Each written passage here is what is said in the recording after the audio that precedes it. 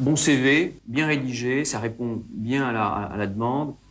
Point faible, c'est que ça c'est trop. Les photos, et ça c'est des problèmes avec vos collaborateurs, parce que tous les commerciaux notamment qui sont très séducteurs et tout, je veux dire qu'ils vont passer leur temps à aller voir la secrétaire, donc éliminer. Un extrait de Lina qui montre bien l'importance de mettre ou ne pas mettre sa photo sur son CV. Mais d'ailleurs, quand on y pense, ça vient d'où cette histoire de CV à la base? Le premier CV de l'histoire, c'est Léonard de Vinci qui l'aurait écrit en 1482. Il aurait rédigé une lettre au duc de Milan pour lui vendre ses compétences d'ingénieur militaire. Pas un mot sur son art, juste ses réalisations. Des ponts, des canons, des fortifications. En gros, un résumé des compétences acquises au cours de sa vie. Cours de sa vie, curriculum vitae, et oui, ça vient de là. Ensuite, pendant des siècles, il n'y a pas vraiment eu de CV comme aujourd'hui. C'était surtout des lettres de recommandation. Mais avec l'industrialisation du 19e siècle, tout s'est accéléré. On commence à formaliser un peu, avec des fiches d'identité qui regroupent les expériences, les compétences.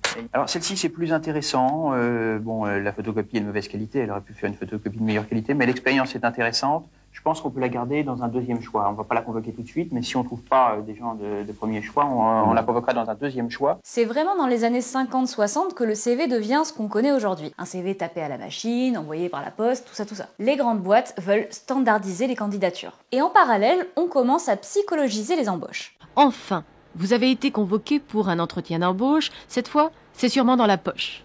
Et puis les questions biscornues pleuvent. Jusqu'à quelle période avez-vous fait pipi au lit? Êtes-vous homosexuel, divorcé, mère de famille? Aucun rapport avec le job, c'est le moi profond du cadre ou de l'employé que l'on veut extraire. Et c'est là qui débarquent les tests. Tests de personnalité, tests logiques, psychotechniques. En fait, c'est inspiré des tests de l'armée pendant la Première Guerre mondiale. Et oui, au début, c'était pour trier des soldats.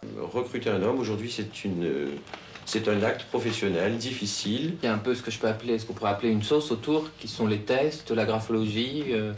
Vous utilisez tout ce type de choses? Oui, ce que vous appelez la sauce, ce sont tous les moyens professionnels qui vont nous permettre, au-delà des compétences techniques et de l'expérience d'un homme, de déterminer si cet homme a la personnalité requise pour intégrer une entreprise donnée. Et l'entreprise, c'est un ensemble de techniques, c'est des produits, mais c'est également un tissu humain. Le truc marrant, c'est que parmi les tests à la mode à l'époque, en France, il y avait la graphologie. En gros, c'est analyser ton écriture pour voir si tu es fiable ou pas. Ça a été énormément utilisé dans les années 70-80 et aujourd'hui c'est presque abandonné parce que c'est pas scientifique du tout et plus personne écrit la main. Alors en point fort, voilà ce que je vois dans votre écriture.